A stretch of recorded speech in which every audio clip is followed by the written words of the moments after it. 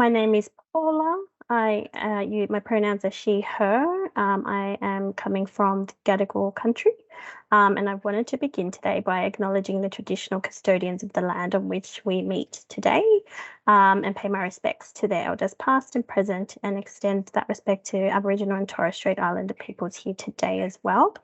I wanted to introduce Jacinta Clark, who runs this session every year, and every year it's always one of my favorite sessions. Jacinta was a scholar with us in South Australia, and we'll go through sharing your story. Over to you, Jacinta. Okay, how well I got onto this, if I can figure out how to share my screen as well. Hi everyone, so sorry. This happens every time. Paula's right, I do this a lot, and I do this every time. She's going to stop asking me to do this soon. I'm Jacinta, she, her pronouns, bisexual woman. I'm a doctor that works well, not in Adelaide. I just moved to Tasmania. I don't live in Adelaide anymore. But I am here to give you your sharing your story, art of storytelling session, which is basically how you write a heaps good pinnacle speech. So let's hope this just works. Please just work. So the reason I do this, can you guys see two of my slides, or is it just one of my slides and I can see two of my slides and I've done something, and as long as it's working for you guys, it's fine? We can only see one of your slides. Amazing, cool. Yeah. I should screenshot this and send you what I can see right now. So I was a Pinnacle Scholar in 2018, which was my last year of uni, in South Australia, and then I joined the South Australian Committee after that. And one of my, in a previous life before I started working, I used to volunteer quite heavily for World Vision. So poverty, starving children. And the role that I did with them was as one of their youth ambassadors for the 40-hour famine. So basically, my job was to go to schools and talk to people about World Vision. So public speaking is something I have done a lot of, and speech writing is something I've done a lot of. And I really like working with the scholars, and this has all just worked out very well, that you guys need to learn about public speaking, and I have done some. I think my best, the best thing I can offer to you really is that, any mistake you're worried about making, I have definitely made, and we can chat about it. And we can make it normal and things like that. So I'm not sure that I necessarily have any special skills in it, but I've definitely done a lot of it. So to start with, because I like some class participation, tell me about some speakers that you really loved, and what was it that you really loved about them?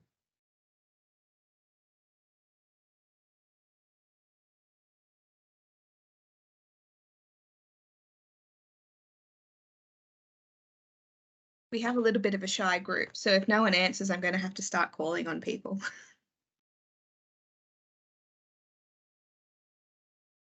Right. Theo, Jacinta, I'll pass back to you. Yep, sure. Let's hear it. Is there a chat box? I can't see. One of my favorites, and I guess one of my motivators, is Teddy Cook. Mm-hmm. I'm not sure if you know who he is, but yeah, he's the president of ACON at the moment, and watching the way that he spoke in Parliament defending trans kids, it was really inspiring. And what about it made you think this is a bloody good speech? I mean, there's a few things, but I think let's hear him. Yeah, he is very passionate. Obviously, he wants to make a lot of change. His heart, he puts his heart into it, but doesn't make it personal either. Doesn't sort of go too personal. And yeah, that's kind of all I can think of right now. No, good. Yeah, no, they're talking about something that they're passionate about, and you can tell that they're passionate about it, and the way that they are speaking makes you get excited about it as well. Emery, they give a speech like they're telling a story. I agree. I love that one as well. Anyone else got any things that they love? Otherwise, you just have to hear mine, and that's way less exciting for you guys.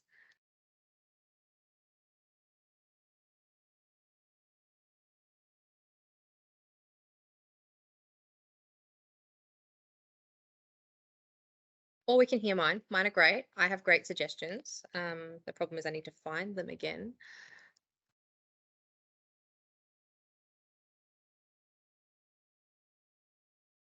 So speeches, like speakers that I really love, please work.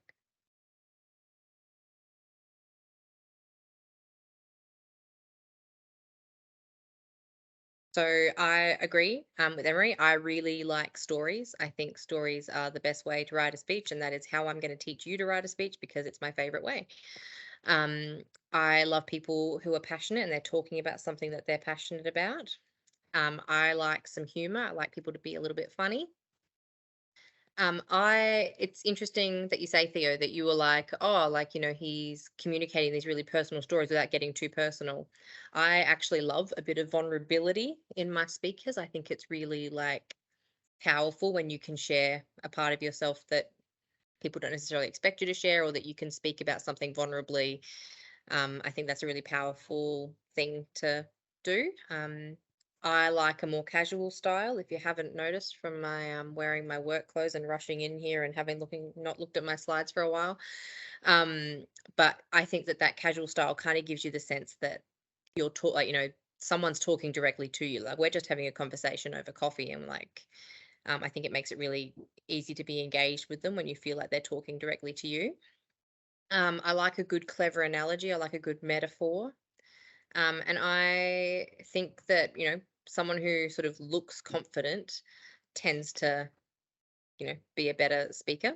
And that is 100% something you can fake. So those are my things. Anyone agree, want to add anything that they're sort of thinking of now that they've seen my list of things?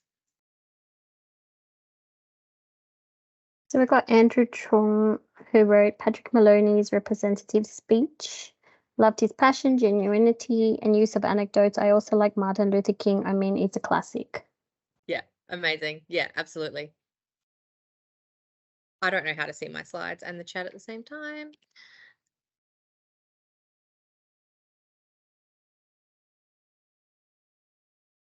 Okay, and so then the opposite of that, tell me, like, think of some speakers that you really hated. What did you really hate?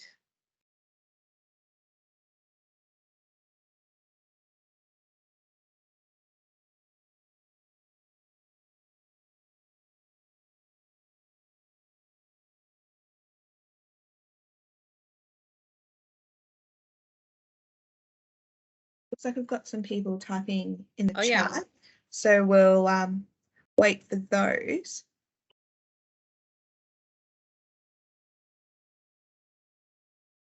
I could potentially share one. Yes, please, Laura. So Talks about themselves too much. Interesting tangent stories that don't relate to their message. So yeah, keeping it succinct and keeping it on target. That's great. Melody? Laura, but let's hear it. So when I was at school, there was this one person that they were a senior teacher, and they'd get up and talk, and they were very dry and very monotone.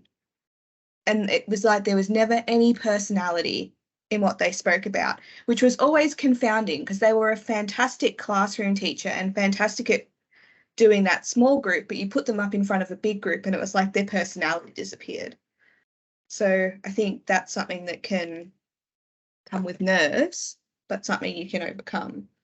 Yeah, and it's a real skill to be able to, like, you know, I could talk to 10 people really well and engage them and keep them engaged in my, you know, my speech, but to be able to translate that to a big room and to make that big room feel like you're talking to them as if they were in a room of 10 people is like a real skill, and a very, like, I think it's one of the, like, public speakers who can do that are like, that is what you need to be able to do.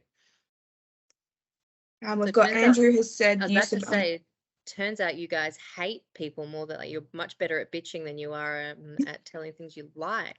So, yep, stories that don't relate to the message, too long, talking about themselves too much, monotonous tone, overusing repetition. I agree. Be like smart about your analogies and just like say them once like you're really brilliant. You don't need to make it too obvious. Like have some faith in your audience. I agree. Speakers who talk in a monotone voice, reading from a script. Interesting you say that, Charlotte, because something I do when I write my speeches is I actually write them exactly how I'm going to say them.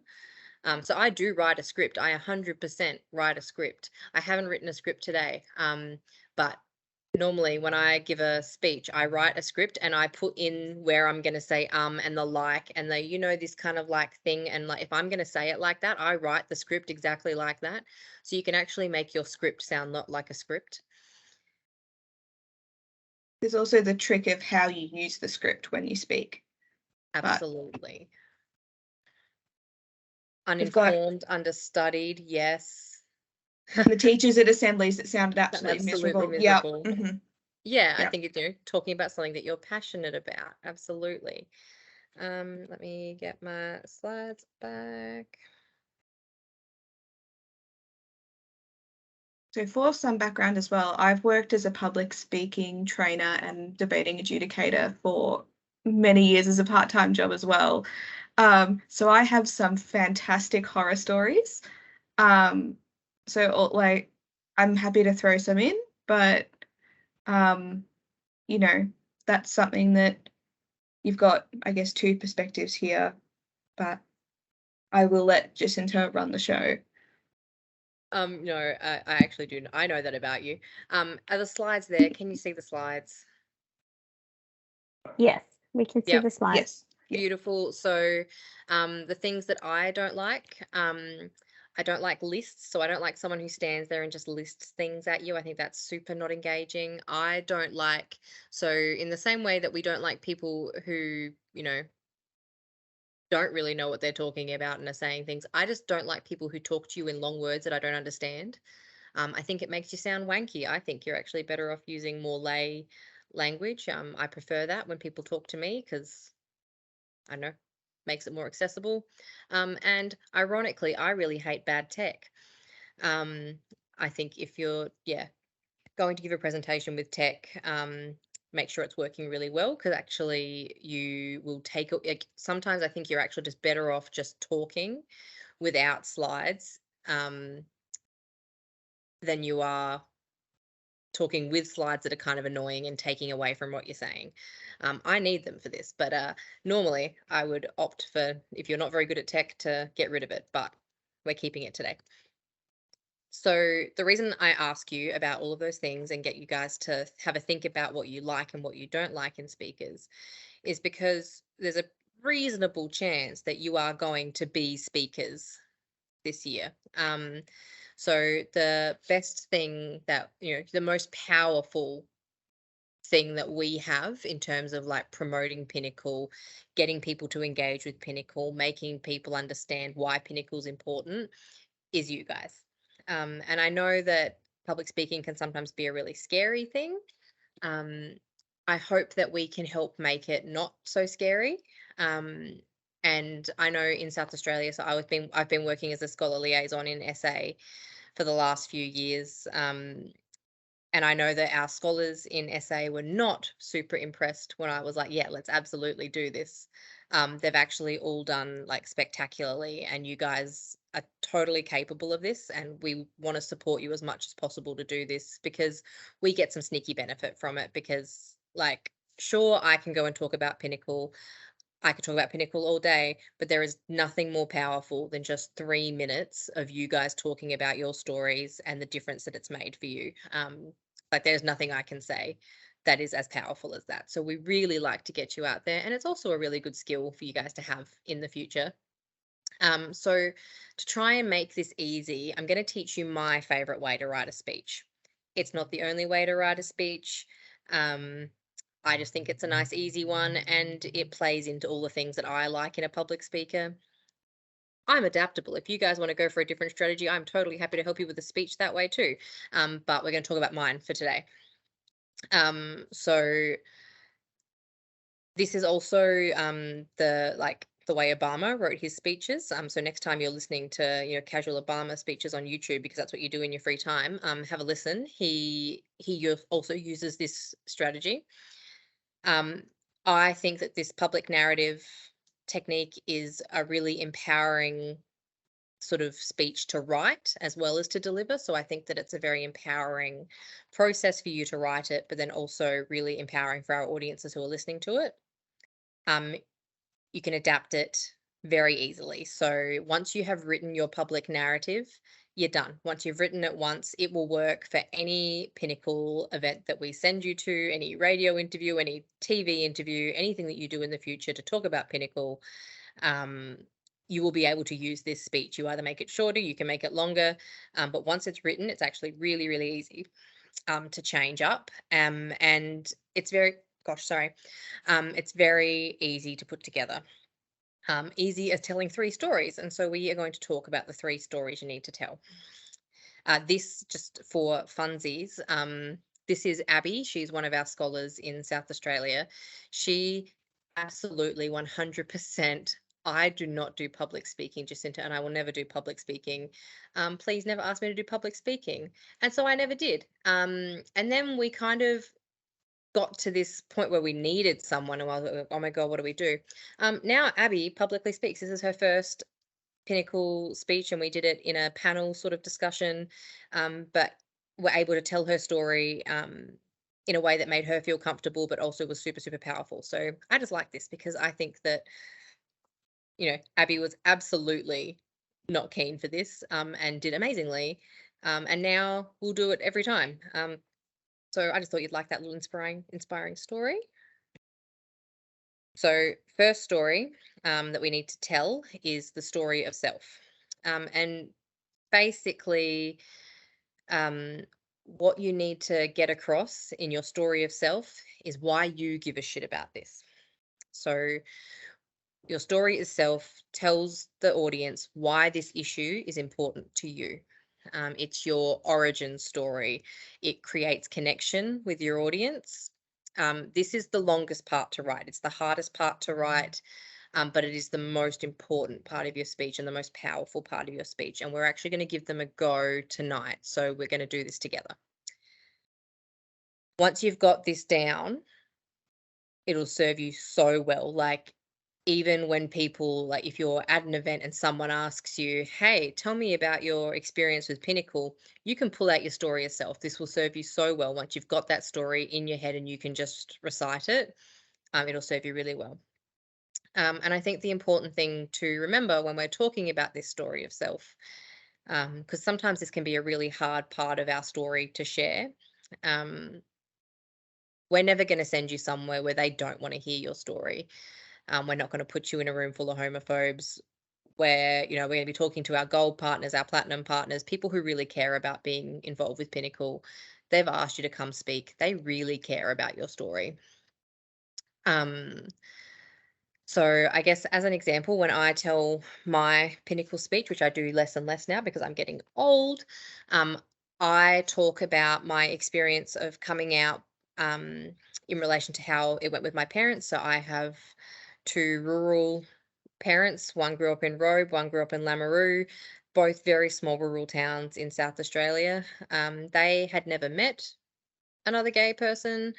The only gay person they knew was like a daughter of a friend who had come out as lesbian, shaved her head and dropped out of school.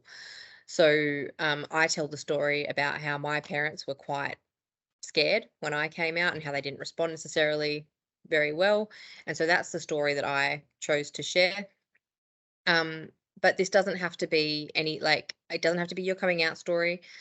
One of our scholars in South Australia, who is now an alumni, Ricky, he talked about an experience of bullying at school. Lewis, who you can see in the picture here, so Lewis has gay parents.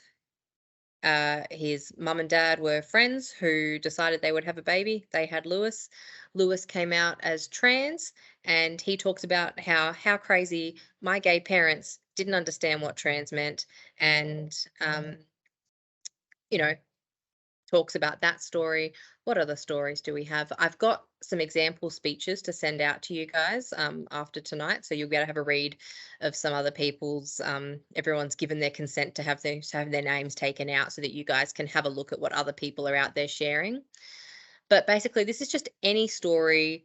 It doesn't even have to be about yourself. I've definitely written stories about a friend of mine from high school. I told a story about the two of us. It's just, you just need to explain, why is this important to you?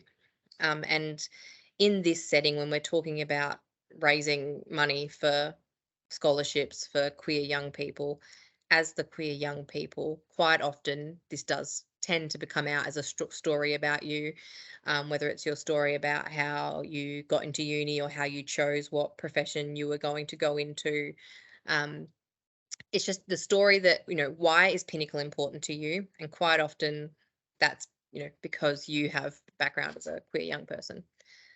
Are we all on board still? Everyone's still making sense? There's no questions before I keep moving? Oh, cute, the little thumbs up. I get it.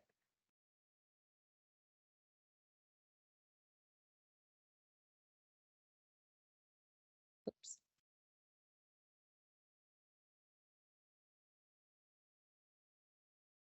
Yeah, yep.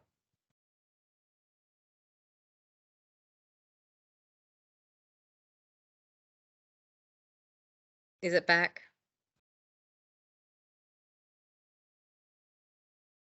If you're talking about the PowerPoint, it never went away. Oh, okay. It's gone on my screen. Why am I so bad at this? This is why, see, this is why we don't do bad tech.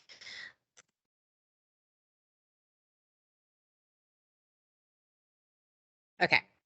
So first story, you've told a story about yourself or about why you care about the issue. And, we talk about people feeling really passionate and how we can sort of hear their passion when they're talking about things. The story of self is where you get to communicate that passion. You get to say, this is why I'm really passionate about this. Usually if you can communicate why you give a shit about something, other people in the room are going to be like, oh yeah, I should give a shit about that too. And so then our story of us, shorter story, we need to bring the audience into that story. And so this is your transition from them going like, oh wow, they really give a shit about this, I should give a shit about this. And so what we're doing is we're calling upon the shared values in the room. Why is this an issue that impacts all of us? Why is it not just, if I'm talking about Pinnacle, I talk about how being a queer young person impacted me. Now it's time for me to introduce, why does this matter to all of us as a society, to our heterosexual friends? Why does it matter to them? Why does it matter to every other queer young person? Why is it important for them to care as well? This can be a very short section of your story. I tend to, at this point, bring in some, look, this was really hard for me. I was quite lucky, though, in that my parents learnt and changed. That isn't necessarily the case for everyone else. And I talk about some stats from -18 or Wear It Purple or something that sort of gives people a more global view of, we've got this one-on-one with your scholar that you're talking to. I then like to bring in some more global views. Again, I'll send you some examples of what other people have done so that you can see how that transition kind of happens. And then the last story we need to tell, which is your easiest one to write, is your story of now. We've told them why we give a shit. We've told them why they should give a shit. Now that they give a shit, what can they do about it? So this is your shortest story. It's your call to action. What can the audience do right now to make a difference to this thing that you talk about?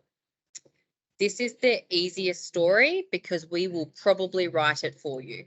So depending on where you are and what the context of the event is, we're probably going to have an ask for you to put at the end of your speech. So, it might be scholarship applications are open until September 15th. Please put your applications in. We're really excited to hear from you. Please make a donation. Please buy a raffle ticket. Please consider becoming a mentor. There will be a there'll be a goal of every event that you're ever at. We will tell you what that is, and we will help you put that at the end. And so basically your call to action is going to change on who your audience is. If you're talking to other queer young people who might be future scholars, that's going to be very different if you're talking to a bunch of people from CommBank who have a lot of money that we would like to have some of. Everyone's still on board. We're still all... Any questions so far?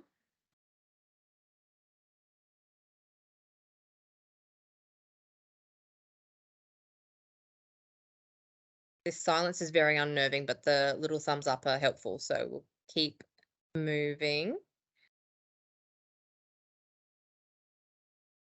Lewis, one of our scholars in South Australia, really hates giving speeches, but my God, he's bloody good at it. So now we had an hour and it is 6:30, so we've got a solid 25 minutes, I reckon. Now I'd like you guys to have a go at writing yours.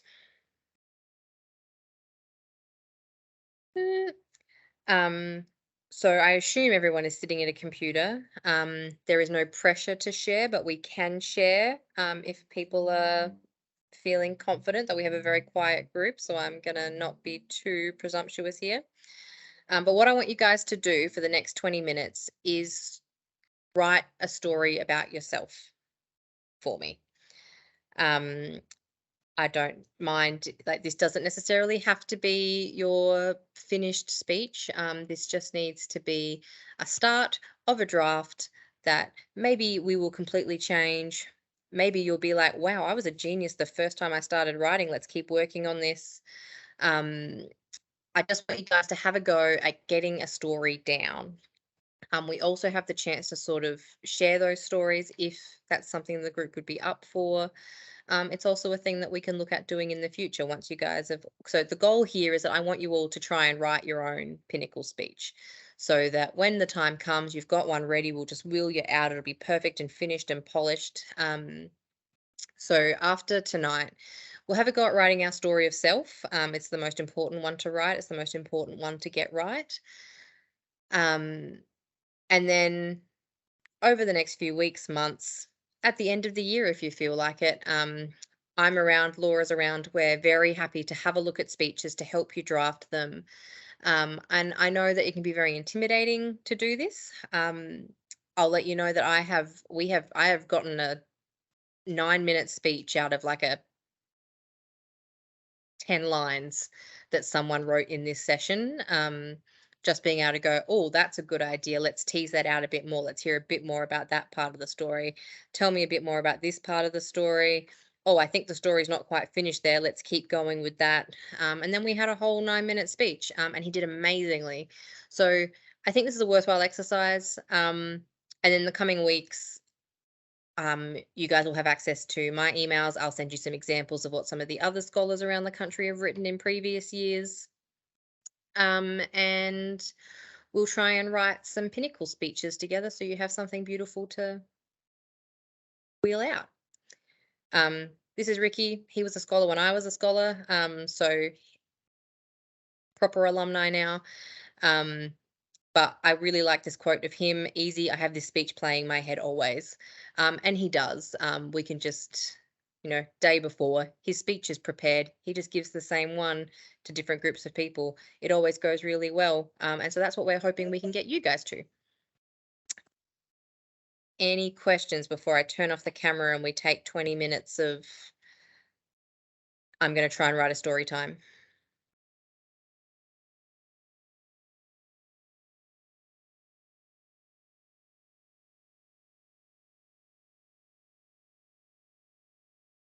It seems like a no.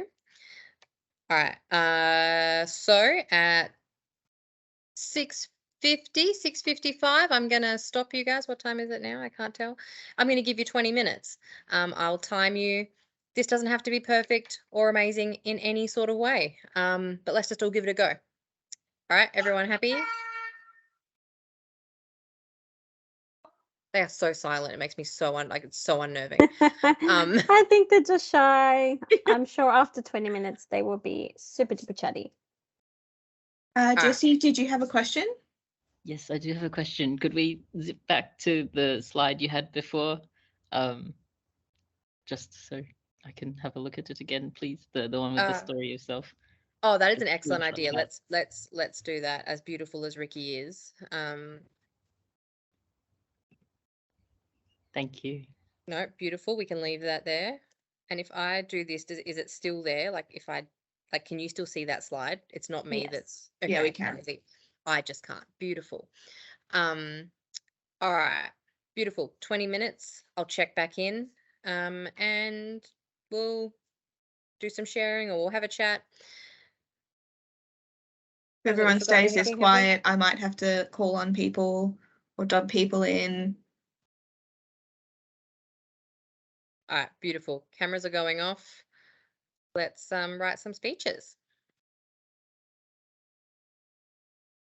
So as you guys finish what you're doing, as you come back in, can everyone turn their cameras on? As we come back into maybe do some sharing.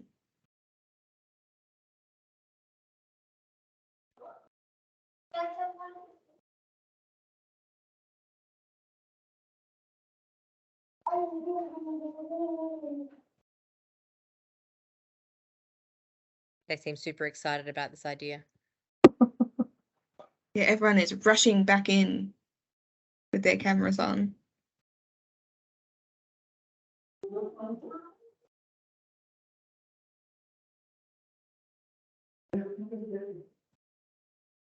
Natasha, yay! Melody, yay! Yeah.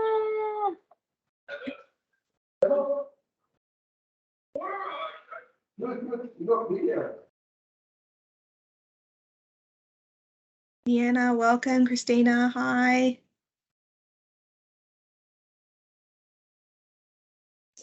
I'm commuting home from class, so this is probably more a proof of life than one I can keep on unless you want to see my double chin. Look at all those smiley, happy faces. It's nice to see everyone's faces. Yes. Some of you, I haven't seen your faces since your interviews.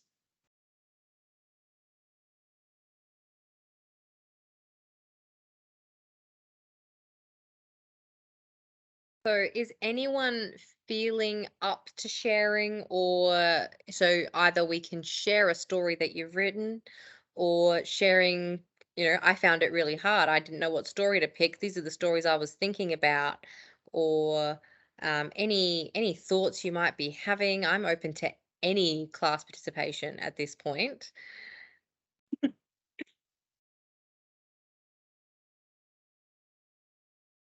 We don't even need to share the story. You could just tell us the story that you picked to try and write about, and did it really work? Or are you like, should I have to change that now because it didn't really work?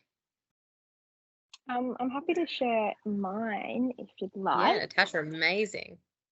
I've been teaching all day, so bear with me as I probably slur all my words. So I was debating, well, this is actually, I had written this speech before for something else. So I was like, when you were like, write a speech, I was like, beautiful, got it already. You're like, done. But I'll then just I sit was here for 20 minutes now. Literally. I was just on TikTok scrolling now. I didn't know if I wanted, so my old speech had quite a sport focus on it, and my speech that I had just started drafting had more of an education focus on it, so I wasn't sure which one to do. So I would just go from the old speech, which I kind of adjusted a little bit depresso, so sorry in advance. Okay. I wish it was only just in school, but it all felt inescapable. Leadership, sports. I cannot remember a single time where I walked out of the high school PE change room without having felt crushed by a snarky comment or the eyes of someone on my every move. Before I came out, I never used to feel that. You'd think being captain of the Netball Academy would earn at least a little bit of respect from your peers, but that just doesn't happen when you come out as bisexual to a room full of 15-year-old judgmental youths who probably aren't even properly educated on what bisexual means. Every single lesson, there were side eyes, snark remarks. And for what? Why was it my life that was so judged, so controversial to others? how did it impact them? Well, it didn't. Scene. Beautiful. You can tell that that is a previously written speech, team. That is not at all what we are expecting from first drafts out here. Does anyone have any comments? What did they like?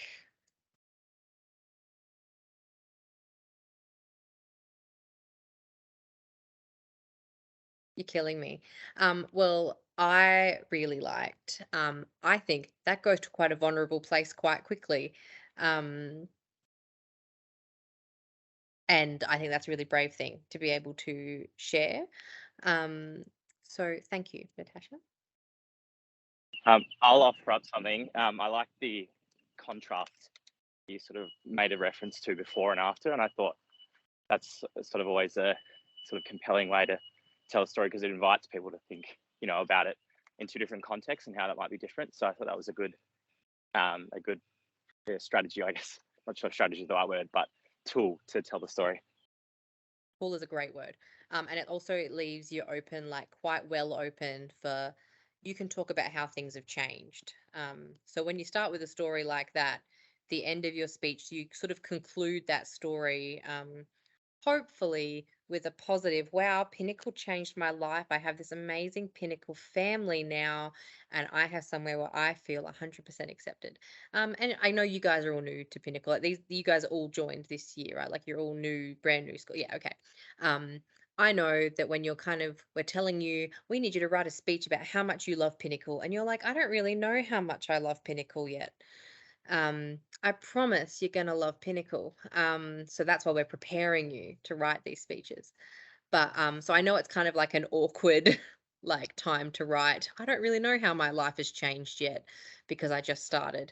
But you can just pinch some other people's end of their speeches that I've sent you. I've sent them to Paula, actually, so in that 20-minute break. So she will share them with all of you guys.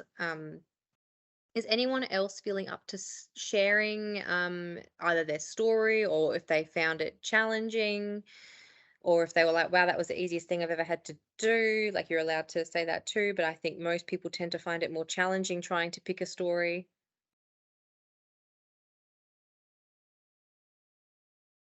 I'm actually giving a talk tomorrow. Yeah. Good. Yeah. I was going to say, some of you will have to use these skills sooner than others. Theo, Yeah. tomorrow. I guess, look, I just did want to ask. Yeah. So mine's a 10-minute speech, so I'm not gonna like go into it now. But like in terms of talking about like financial hardship and stuff, like I sort of touch on it, but I didn't want it to sound like this was all just kind of about money seeking for me, because it definitely wasn't. Do you think sort of that I should be talking a little bit more about that, or I think we talk about the things that are important to you, I suppose. Like, we were talking earlier about, you can tell when someone's really passionate about something. You can tell when someone's being genuine. So really, I think you're best like sticking to what is genuinely what you think, what you actually, why did you apply? I like to, devil's advocate, to throw in there, I 100% applied for the money. I don't know what you guys were all applying for, but I needed cash.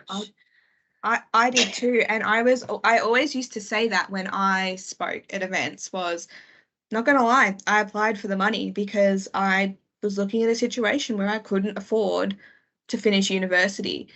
And so initially it was all about the money, but as time went on, and as time goes on for you guys as well, I hope this also rings true, that there are so many other things that come along with having a Pinnacle scholarship, not just the money. But also, all our sponsors and partners give Pinnacle money. They know the money is like an essential part of the scholarship. So mentioning financial hardship, or that you had an interest or need for the financial support, is not a bad thing. No, I 100, like, same. Exactly. I in my speeches when I was doing this, when I was in your shoes, I said I applied for the money. I needed money. This was a scholarship that I met the criteria for, so I applied for it. And then turns out, wow, having a group of people who blindly accept and support you is actually really wonderful. And so, like, you know, I think that you're allowed, and again, you guys are so early in your journeys with us that you're not going to know what that difference is yet. And your difference is going to be different to the difference that I experienced, to what Laura experienced, to what all of our other scholars experience. We all take something different from this. We all have different mentors. We all get different lessons and learnings, and we grow up in different ways. And so absolutely, you're going to be able to talk about this far more articulately and, you know, be less worried about whether you're talking about money or not. Because like Theo, you probably don't really know what the rest of the support is going to be yet. So you're kind of going to be writing this 10-minute speech about the support without really experiencing the support yet. So glad we're throwing you in so soon. Does that kind of answer your question? Like, I think you can get away with talking about the financials, because a lot of the time we're asking for cash. And we don't pay for our mentors, and you guys are who gets the cash. I talked about, I bought textbooks for the first time. I went to uni for 7 years, and I did not buy my first textbook until my final year of uni, when Pinnacle paid for it. Because I couldn't, and they were too expensive, and Pinnacle made that change for me the day that my stethoscope broke, because as a medical student, you have a stethoscope. I was able to go out and buy a new one, which, if I didn't have my Pinnacle money, would have been like a very expensive and stressful thing to have happen. Oh my God, my stethoscope's broken. What are they going to think tomorrow when I rock up to the ward without my stethoscope? So it's like you can talk about those things, about how Pinnacle provides a safety net through the financials. Like, it's a huge part of what we do. Does that kind of answer the question, Theo? Did I just talk about myself for 20 minutes? Yeah. Funnily enough, actually, my stethoscope just broke, so I did actually talk about that as well. Yeah. No, I think it's okay to acknowledge that money solves problems sometimes. So yeah, you can absolutely just give that example. Like, already Pinnacle has saved my butt, because the consultant is not going to give me shit tomorrow morning when they can't find a stethoscope on the ward, because I bet it's your job to carry it. Yeah.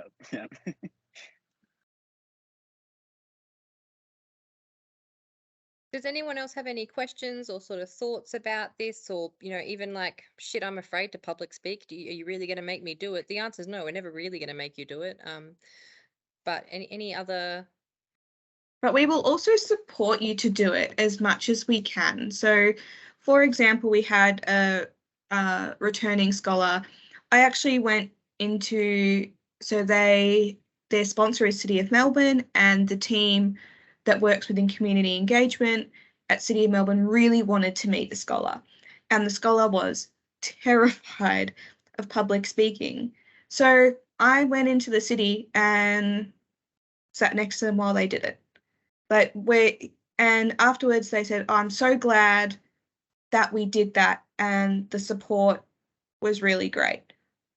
We're not always going to be able to do that for everyone, as in sort of, you know, almost literally handhold, but we're here to support you. And, you know, I ran through the questions with them ahead of time and things. And it's a skill that a lot of you, particularly public speaking, is a skill, and it is something you can learn.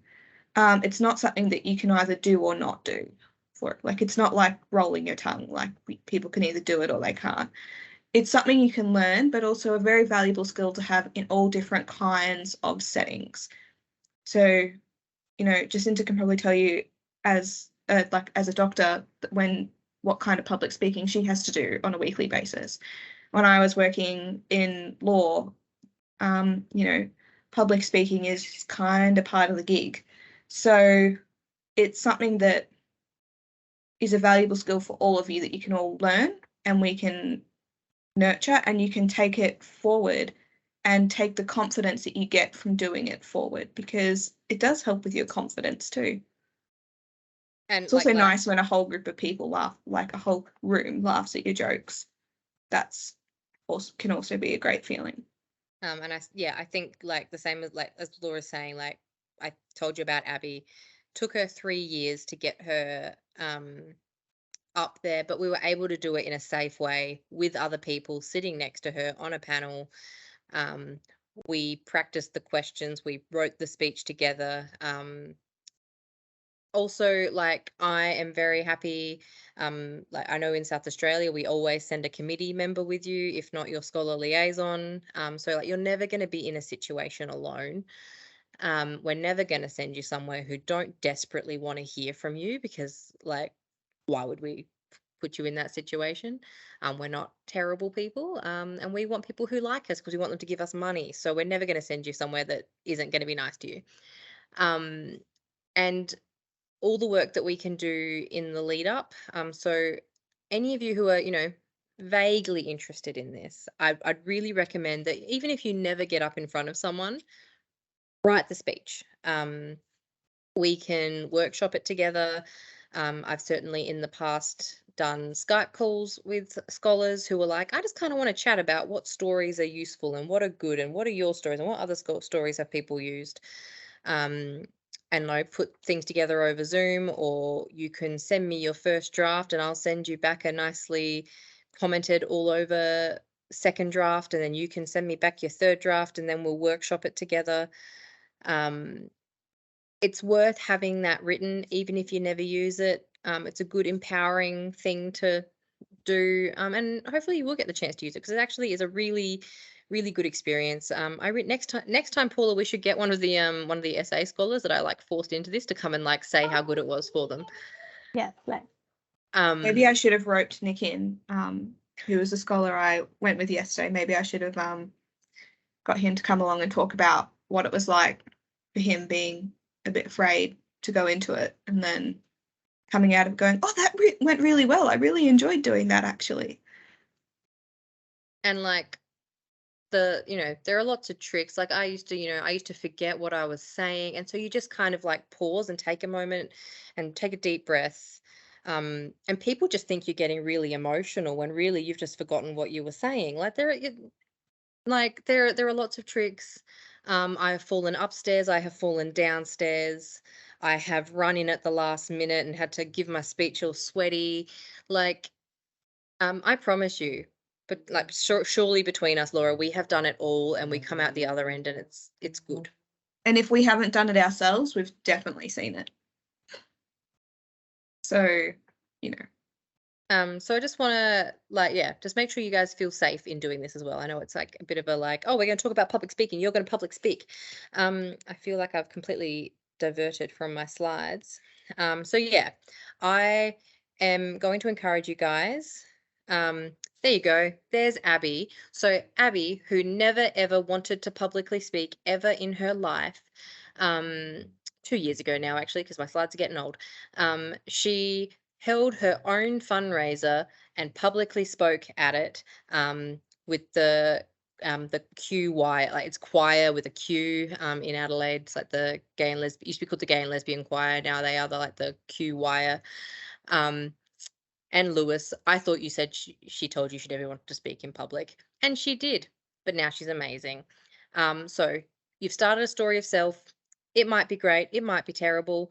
I would choose a generic scenario, pretend you have been asked to speak at a fundraiser, and write yourself a story of us and a story of now.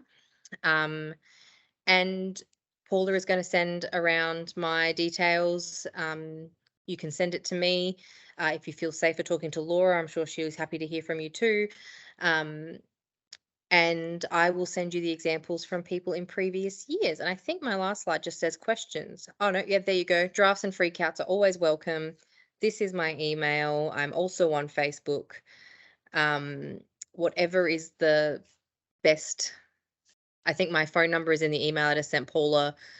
Very happy to be contacted. Very happy to just chat about, wow, this is kind of a nerve-wracking thing, but like, I'm going to do it. Or I just kind of want to talk about, I can't quite get this line to sound right. Can we chat about how that's going to sound? So we are here for you. And then questions. And look at the SA scholars from last year. How beautiful are they? Was that last year? That's a fairly old banner, isn't it? Oh, it probably is the year before. Oh my God, I didn't even live there. No, yeah, you're right. You're right. That is a very old banner. It's 2 years. This was just before we got the purple ones. This is 2021. Yeah. Anu So still how a beautiful are scholar. they? Yeah, Nathan behind Anu is your South Australian Scholar Liaison now. See, guys, you never get out of Pinnacle. Once we take you, you're just never going to want to leave us.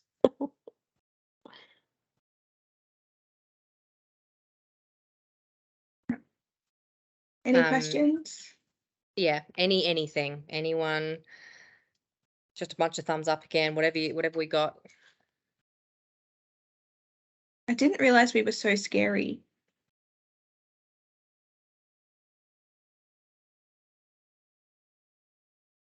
Well, thanks so much for hanging out, guys. Like I said, always happy to hear from you. If it gets to like September and someone asks you to Impromptu. We will almost never ask you to do Never. something impromptu. Not unless we know you are already very comfortable doing it. I did have to do it once or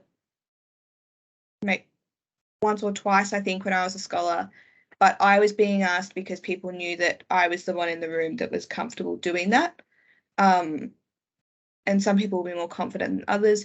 Impromptu speaking, always having, when it comes to something like Pinnacle, always having like your Pinnacle speech on your phone or something, because then, you know, it's not really impromptu. You did prep for it. Or always having notes and just sort of pretending it's not impromptu. Yeah, look, I'm with Laura. Absolutely never. We're never going to do that to you. We aren't. Like, I hate doing that. I would never, like, the only times I have done impromptu is when we have done like a panel and it's a question and answer, and you know what the questions are going to be, so you can prepare your answers already. I know in South Australia we've never done that to our scholars. I don't know what everywhere else is doing, but I wouldn't necessarily put you in that situation. In general, the best thing for impromptu is to take a breath and go slow. Would you say, Laura, if I get put in an impromptu situation, you're allowed to talk slowly. You're probably talking much faster than you think you are because you're panicked. Taking a deep breath, taking a second to compose yourself. And if you find yourself getting a bit like lost and you're talking in circles, it's actually totally okay to just go, stop. Sorry, what I meant to say is, and then you're allowed to take a quick break. But remember, yeah, the people that are going to be listening we won't to you, do that to you. Yeah, are not going to be listening to be like, what can we say that they did wrong once they stop speaking? Like, no one is looking to criticize what you guys are doing. Everyone in that room is there to support you to do it. I have never had anyone come up to me after I've spoken and say, look, you really could have rephrased, you know, this one section of it. Like, people aren't going to sort of do that to you. So no, I reckon 100% of the time you get, oh my God, how beautiful, how brave of them to share their story. Oh, do you reckon, is that what you've seen in the past, Paula? You just get a lot of like, oh, how lovely. Oh, thank you so much for bringing them. Oh, we just have to have one next year as well. I think that a lot of people don't understand a lot of the things that we go through in our community. So it's also that inspirational piece and that educational piece. And sometimes, you know, they've got kids that are, you know, part of our community or whatever, and they kind of, yeah, like people are just genuinely happy to have someone from Pinnacle there to talk. And I've been to many, many events in my 3.5 years of Pinnacle, and I've seen so much love and so much respect and so much admiration for their scholars who go out there and share, and not even share like in the most, you know, polished of ways or whatever, but they just share genuinely and honestly. And they're amazing, and everybody always kind of loves on them lots, which is always nice. That's all great. Thank you. Yeah, great advice, isn't it? No, don't do them. We won't make you do them. Unless anybody else has any other questions, I think we should wrap up. I'm happy to stick around for 5-10 minutes if anyone has any other questions they want to throw at me. I won't make Jacinta stick around because. And if anyone has questions they want to send in private, you have Facebook, email, phone numbers. Always happy to chat. Sounds like we have Theo. We've got at least one medical student. Yeah, so Theo's a medical student, Ollie is a medical student, Melody is a medical student, Christina is a medical student. We have a few. We've got a few here Jesus today. Christ. Look, you officially know me as a part of your Pinnacle community now. If there's anything else that I can help with, I'm, one of your people as well. So very happy to chat whenever. Thank you so much, Jacinta. You are amazing as always. Jesus Christ, I was so frazzled. I completely forgot about you guys today. Won't lie. Paula messaged me and I was like, oh my God, that is tonight. So thank you all for understanding my shitty tech. Don't do it yourselves. Let's do this again next year, Jacinta. Yeah, good. It was lovely to meet you all. Bye, everyone. Thanks for attending. All right, thanks everyone. Like I said, I'll stick around for 5 minutes if anyone has any questions, but otherwise you're free to go. Enjoy the rest of your Wednesday evening. Laura, I just had a quick question. Yep. Is there going to be anyone else there tomorrow? At HCF tomorrow? No. So is there anyone from Pinnacle there, or is it just me? I believe there will be. Paula, do you know off the top of your head who's going tomorrow? No, Paula's gone. I just asked her a question and didn't. I opened another document, so I didn't see that she'd left. I think Liam might be going tomorrow, but who is the chair of the New South Wales Committee. Okay. But I will message Andrew now and ask who might be going. Okay, as we said, they are so keen to hear from you. You have no idea. I'm really excited actually. Because I kept being like, oh, I don't know if I really want to ask Theo to do that, and they're like, no, like please. Sorry. No, good time. I hope you've lined up some good podcasts or something for your drive. Yeah. Or lectures or something like that. No, I think podcasts and playlists always good. Right. Let me message Andrew and I will let you know as soon as I know who's going, and I'll send you a little bit of information about them. Cool. Just because, off the top of my head, I'm not sure. I'm so sorry. I should have checked that, shouldn't I? No, that's all good. All good. All right. I think we will know because I think we had to get them a security pass. Like you'd have to get one. We'll have to have one. Yeah.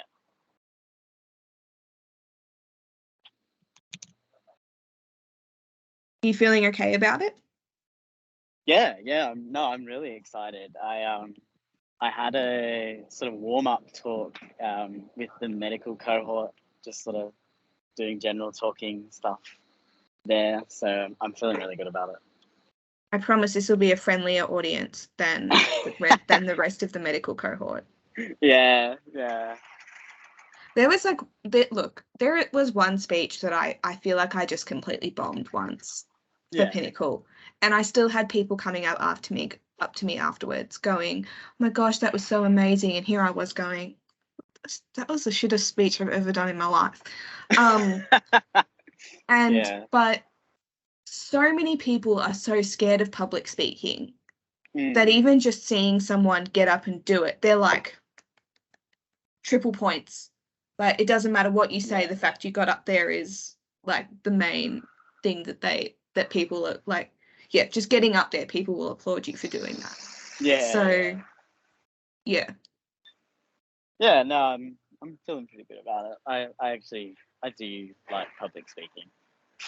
I just haven't done it in a while. that was the other. I normally wouldn't ask you guys to speak so early, but there are a few of you who, like, in your applications, because you've told us you've done a lot of public speaking before, or you're quite familiar with it, that I'm like, okay, I can probably like ask you to do that. Yeah. But I would not do that to everyone, because there are some scholars who have like never done that in their lives. Yeah. So to throw them Give in them a heart like, attack. Yeah. straight away would be a bit cruel. But Yeah.